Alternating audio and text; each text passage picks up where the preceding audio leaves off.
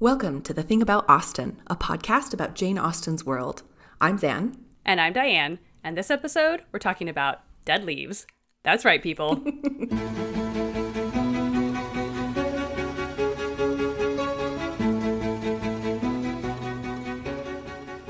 Setting the scene like we do so everyone kind of understands the context and where we're at in the book. This week, we're talking about Sense and Sensibility, one of our favorite moments with Marianne.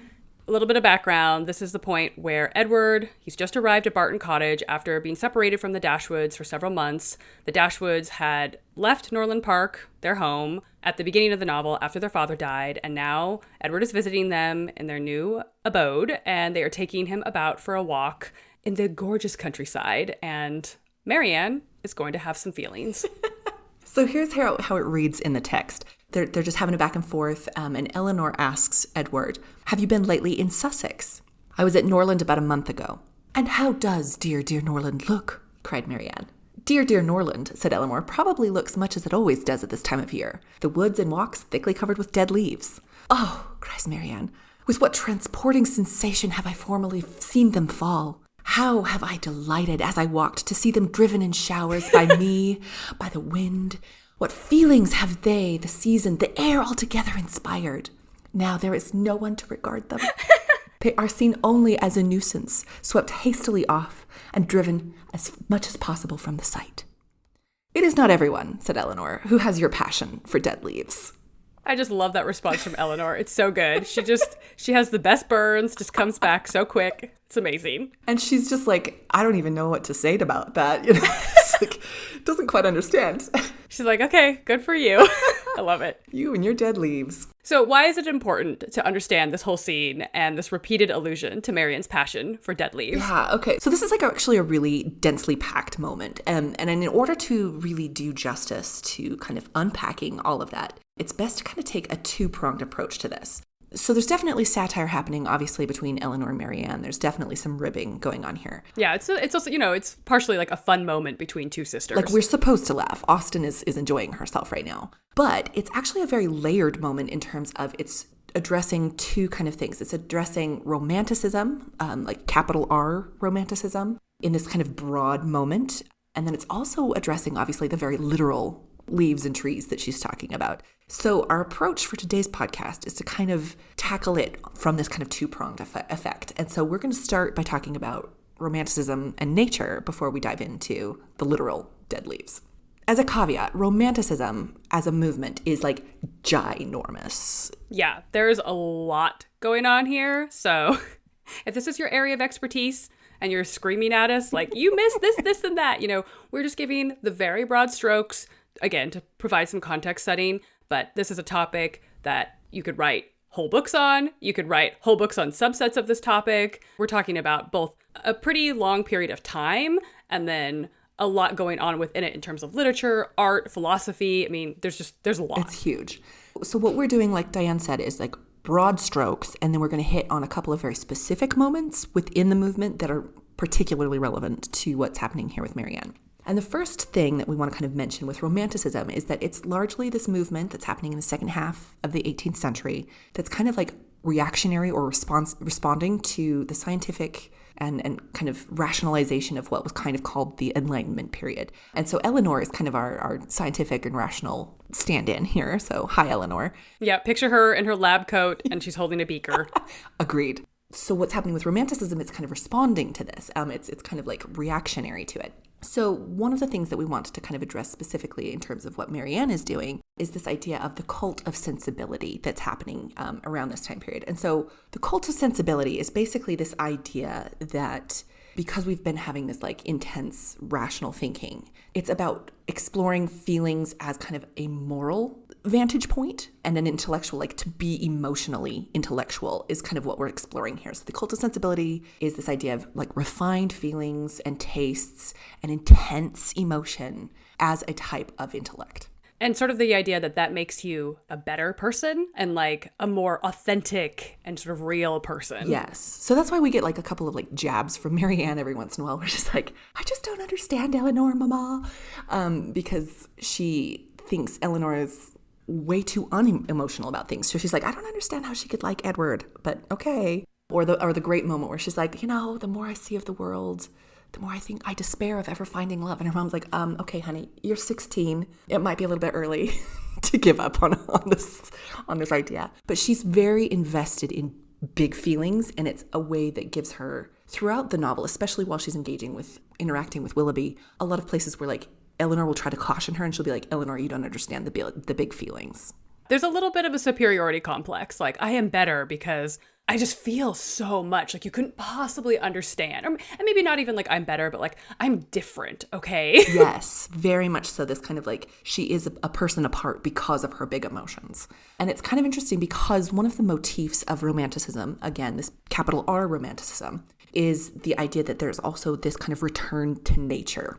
During the Enlightenment, we start to see kind of industrial revolution is starting to happen. So there's a lot of loud noises and industrialization happening in epicenters, cultural epicenters. And so there's this movement towards like, let's get out of the cities, get back to nature. And that nature is where like we can get in tune with our best selves, kind of.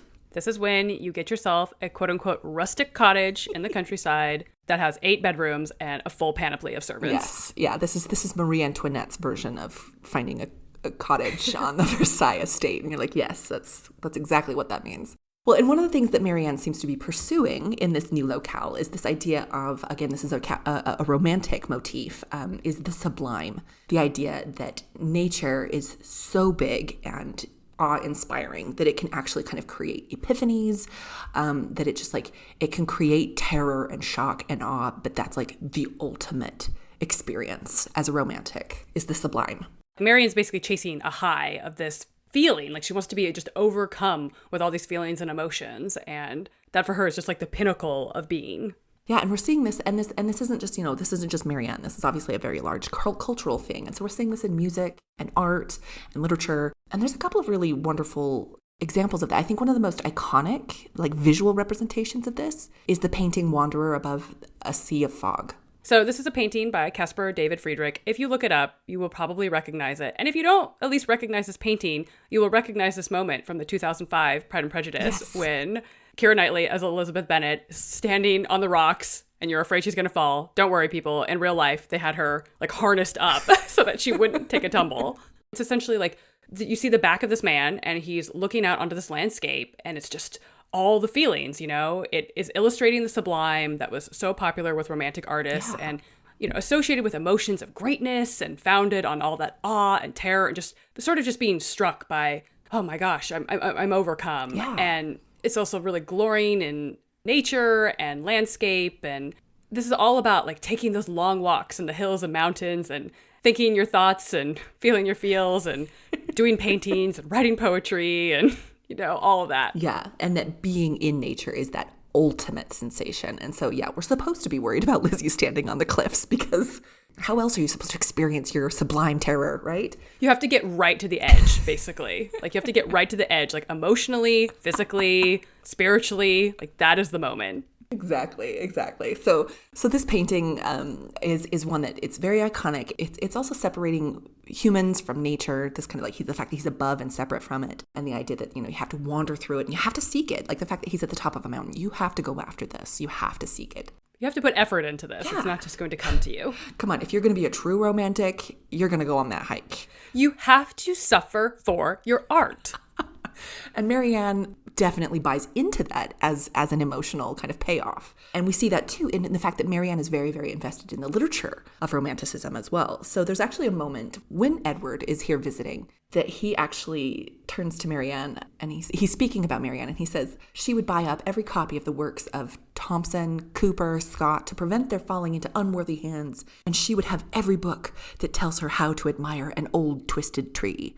See, this whole time she's been dogging on Edward like he has no feelings. Obviously, this guy has a sense of humor. He can come up with the sick burns as well. It's so unexpected coming from him. Actually, I thought it was Eleanor when I first read it. And I was like, nope, that's actually Edward. Who knew he was capable of that? So we're seeing this idea that and I kind of mentioned briefly that there's this shift for the Dashwoods, the fact that they have moved from Norland Park. Since their father has died, they've moved to Devonshire, which is comparatively remote.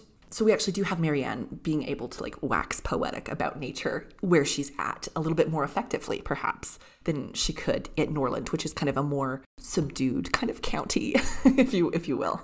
And it's funny because this is kind of the way that Romanticism is kind of framed here, is that it is this kind of generational rift. And so like Eleanor's kind of just like shaking her head at Marianne all the time. And Marianne's like, no, I'm doing this right. I'm doing my generational pose correctly. Which is funny because they're basically the same age. But I know there's like 2 years between them. And I feel like, to be fair, like I know I made a crack earlier about, oh, this is all about your moral superiority because you feel so much. I mean, obviously, you know, the people who would favor more that approach of the Enlightenment and science, they also feel, oh, our way is also better. Oh, definitely. Definitely. Everybody thinks their way is better, basically.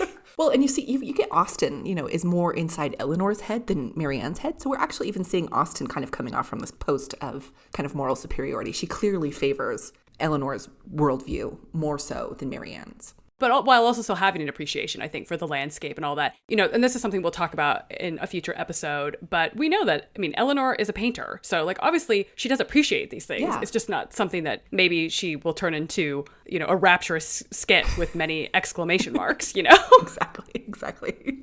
Which, you know, that first passage that we read, I mean, it has exclamation points everywhere in it. When Marianne is talking about dead leaves, it is with exclamation points. It needs to be noted that is like, she is declaiming this stuff. If you are doing a family read aloud, you had better be just shouting that whole paragraph, just yelling it out loud. And like partially swooning at the same time, right? I mean, honestly, I do feel like it would be like a good cathartic moment. I think I'm gonna have to do this. I'm going to make sure that I have that passage, like easy access to that passage, and I'm going to climb to the top of a mountain, and I'm just going to yell it. I'm going to shout it as I look out over the valley. And what could be better? Like, what could be a better moment? You think I'm joking, but I'm going to do this. It's going to happen. I need to know about it when it happens because I am here for that. I mean, in true modern fashion, I'd have to like turn it into a TikTok of course. A reel or something. Are you truly having a sublime moment if no one's there to document your sublime moment? Like, I think that's a legitimate philosophical question. If the sublime moment in nature happens outside of the internet, does it really count? Did it really happen? Exactly. Well, and this idea of the popularity of this kind of like, you know, like we're talking about like this viral show off your awesome romanticism. That is a little bit like what Marianne is doing. She is performing her generational pose. So she's doing it in this way that's kind of acknowledging this kind of like larger Byronic pose. And by Byronic, we're talking about Lord Byron, who is another one of the poets from this era. And he is kind of considered the ultimate bad boy. There's that very popular phrase about him that he's mad, bad, and dangerous to know because he's the ultimate, you know, virile hero, while also being intensely emotional. And also, you know, the sexy nature of him is also kind of like always roiling underneath any kind of talk about Byron. And I think that, you know, because there was actually like parents who were like, shh, we don't talk about Byron around our impressionable young women because it's like a little bit scandalous. Yes. But the figure of Byron is actually really, really popular. This idea of the sweeping, moody, broody, dangerous figure. I mean, and we obviously are getting that with Willoughby. Just has impacted historical romance novels for just so deeply. Yes. Yeah, pretty much any figure that you've read in literature that kind of has a broody side, it's Byronic. But yeah, so Byron has a big impact, and we're definitely getting a Byronic figure in Willoughby. The fact that he is like out in nature in a rainstorm when he finds Marianne and picks her up and carries her into the cottage. Like, she's like, I have found my Byron, because he also appreciates dead leaves. Because even in that scene where she's talking about dead leaves and Eleanor's like, not everybody appreciates dead leaves. She has this moment where she's like, no, my feelings are not often shared, not often understood, but sometimes they are. It's this thing of like she's emulating this wider popular movement, but also I'm special, I'm unique. Like no one understands me. Yes. And someone who does understand me will just really understand me. It's like that thing, you know, where you go through that phase where you're like, oh, I listen to these musicians that only like 2 other people know about. And you're like a little bit self-righteous about it, you know? I knew them before they were cool is definitely a Marianne thing right now. I was into Cooper before everybody else was into Cooper. No one can appreciate Cooper like I can. Yes, absolutely. That's 100% what Marianne is doing here. And I feel like also this is a good moment to say, if you're listening, because I know this is totally a common thing, you've only if you've only ever read the words on a page. When we say Cooper, the writer we are referring to in the book, his last name is spelled Cowper, but it's pronounced Cooper. So just a little aside for everyone there. Oh, because we have all been there where it's like you've read the word a million times and then you say it to someone and then they're like, what are you talking about? I mean, truly happens to me with UK place names all the time. They're like, I have no idea what you're talking about. You're like, ah. So we've kind of covered this kind of idea of romanticism. And I think, again, this idea of the kind of the pose of romanticism and the sublime. And it leads to this appreciation of dead leaves that Marianne has going on here. But let's talk about the actual physical dead leaves now for a second, which sounds kind of weird, but like... It's about to get crunchy. That's right. I thought that was so funny. Oh my gosh. Okay. Okay. It's fine. I'm good. So in Sense and Sensibility, not just leaves obviously are important, but we're also talking about like trees in general are actually like everywhere within this novel. And it's kind of, again, one of those things where it's like you read this line and you're like, it's a throwaway line. And then you start looking at trees and leaves and then you're like, no, this is literally in every location they go to, there's some kind of reference to trees.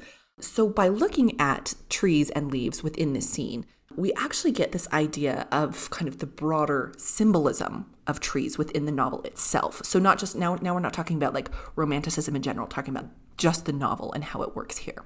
So some of what we're going to be discussing today is coming from this great article by Irene Fizer, A Passion for Dead Leaves, Animated Landscapes and Static Canvases in Sense and Sensibility. And that is from the South Atlantic Review, the Winter 2011, Volume 76. So we're going to give just kind of like, again, broad strokes of what's happening here and kind of making our own connections to some of the motifs that we're seeing here with the trees. So one of the first things that we need to acknowledge with all of the trees that happen in this novel is that obviously there's this idea of landscape being significant. The fact that Marianne is interested in trees and the way that they aesthetically look is important. So we're actually getting the idea that like, the trees are blasted and twisted and like they're asymmetrical. And so there's this appreciation for the trees on this very deeply aesthetic level for Marianne.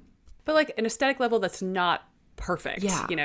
She's not into manicured or sort of uniformity. Yeah, she doesn't want like the nicely planted row of trees. She wants trees that might have been struck by lightning and are half dead. Like that's the kind of tree she's into. Dead leaves, dead trees, it's a thing. And so this is actually kind of drawing from, Austen is kind of drawing this connection from one of the authors of this period, Gilpin. He also admires partially dead trees. And so the fact that Marianne is constantly talking about the kind of asymmetry of leaves, the asymmetry of trees, it's definitely, again, making a nod to the cultural moment.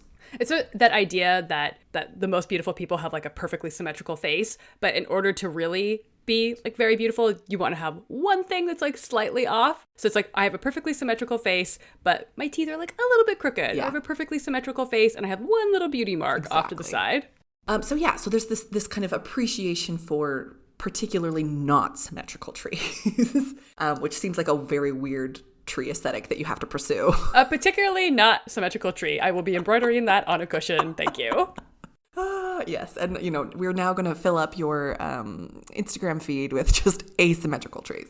So then, like, there's other reasons that the trees are important, though. And the first time that we kind of get references to trees is when the Dashwood sisters are still at Norland Park. And the fact that we are getting significant kind of reminiscences happening around these trees is important. The reason that we're getting all of these kind of reminiscences about these particular trees is because they are kind of, I was totally going to pun here, is that they're deep rooted in family history and memories. I mean, obviously, yeah, because a tree is going to be, it takes a long time, right, to grow a large tree. They are something that is oftentimes around for generations, depending on the species. Yeah, so Marianne has, not surprisingly, some things to say about the trees at Norland Park. And so when we're talking about this idea of like family and memory, Marianne is actually at Norland Park when she says, "And you, ye well-known trees, but you will continue the same. No leaf will decay because you are removed, nor any branch become motionless, although we can observe you no longer!" ! No, you will continue the same, unconscious of the pleasure or the regret you occasion, and insensible of any change in those who walk under your shade! ! but who will remain to enjoy you? So the fact that she's striking her pose, but she's pointing out like memory is here. And even though she's not going to be there any longer, the trees are going to still kind of stand as this memory device for her and what, where she's come from in Norland. It's like measuring the growth of your children by the growth of a tree. I mean, exactly. I feel like it's not an uncommon tradition. I've definitely heard of people who plant a tree when their baby is born, and then you're kind of watching the two grow up. Yeah, and the fact that she is acknowledging that these trees will continue to change without her, but she will, that they're going to kind of always be the same for her in her memory because she's so deeply attached to this. And so we're also experiencing at Norland Park, her father's died at the very beginning of the novel, and all of the Dashwoods are like deeply grieving the passing of their father and husband. And so, dead leaves and trees, this kind of cycle of life kind of thing happening. It's easy to laugh at Marianne and her kind of pose here, but it's very real, the grief that she's experiencing. The fact that she's going to not only has she lost her father, but she can't even stay in the same place as where her father died. She has to be displaced from this. It's a physical removal both from this father that she's known her whole life and this home and this landscape that she's lived in her whole life, to something totally new. Yeah.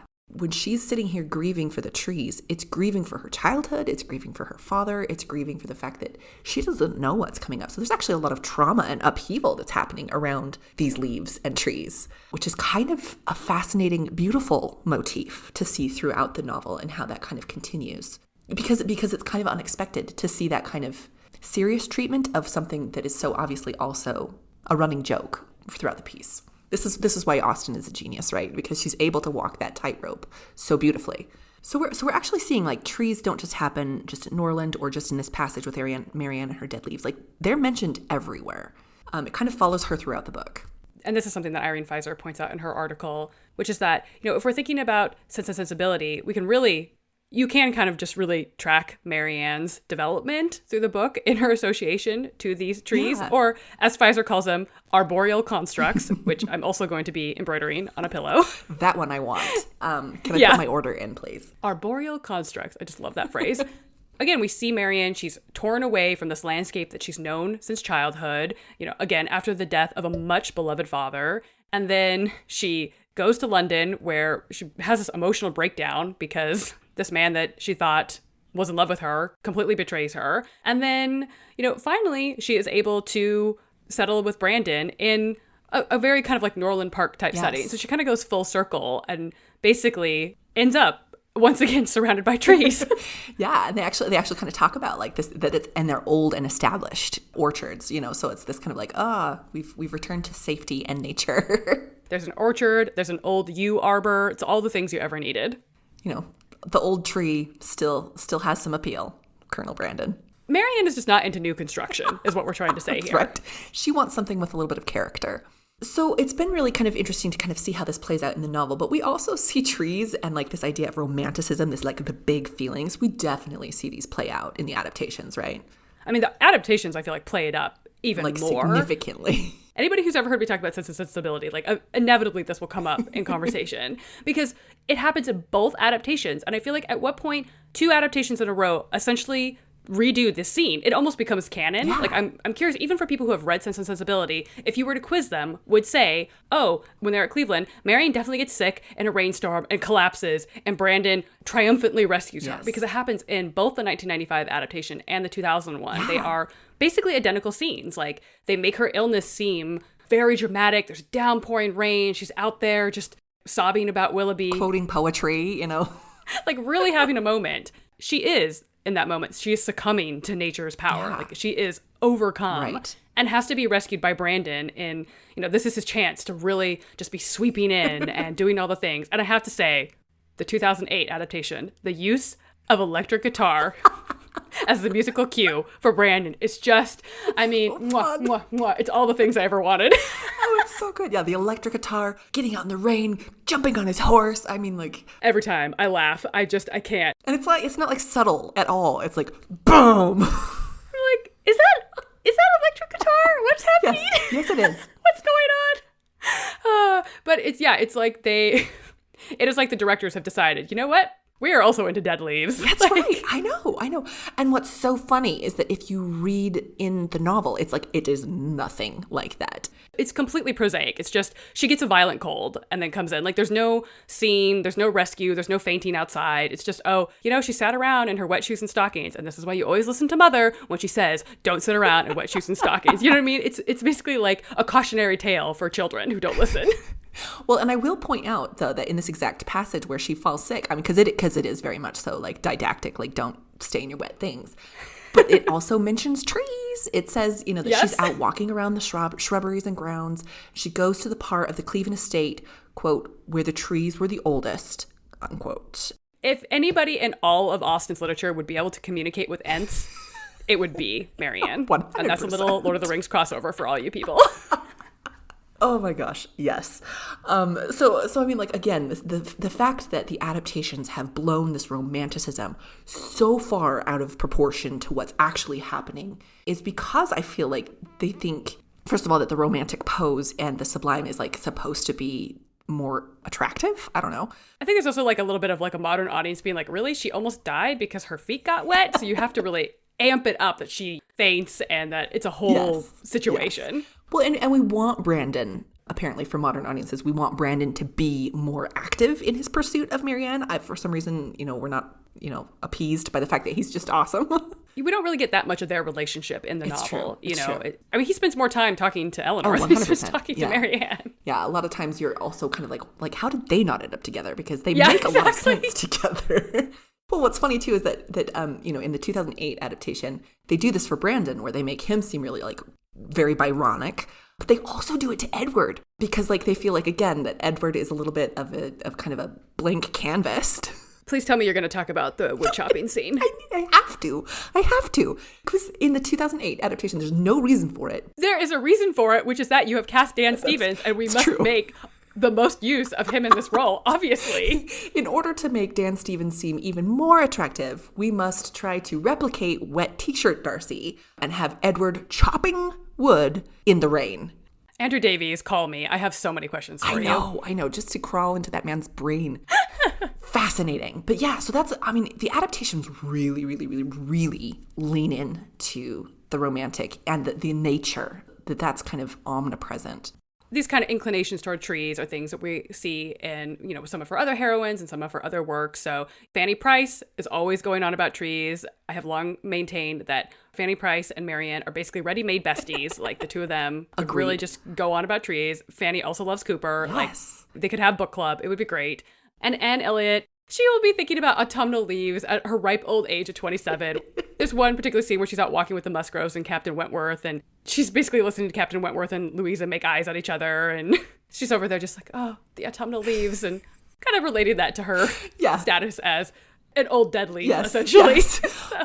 And of course, we also have Benwick in Persuasion, who, again, our favorite emo boy. Benny is so good. He is romantic, capital R, just embodied. Yes. So he's walking along the seascapes, having his sublime moments while thinking about poetry. Again, a guy that Marianne could have definitely fallen for. 100%. For sure. Yeah. Their book club would be actually very, very interesting. And all those examples are things that are also going to get their full episodes at one point in time. So that's why we just want to briefly mention them here. But yeah, again, something that you're seeing, coming up over and over again in Austen's works. She's very aware of nature and makes that, trees, whenever they come up in her texts, it's usually for a reason. We hope you enjoyed this foray into dead leaves, again, at the height of summer. Hope it was a bit of a cool down episode. That's right. Think again about those crunchy leaves. Just Calgon, take me away, as it were. You can find us on Instagram at The Thing About Austen and on Twitter at Austen_things. And you can email us at thethingaboutausten@gmail.com. And if you enjoy what you've been hearing, please subscribe to the podcast. And if you feel so moved, click that 5 stars button and maybe even leave us a positive review. So stay tuned for next episode where we'll be talking about General Tilney's pamphlets in Northanger Abbey. Thanks for listening. Bye. Bye.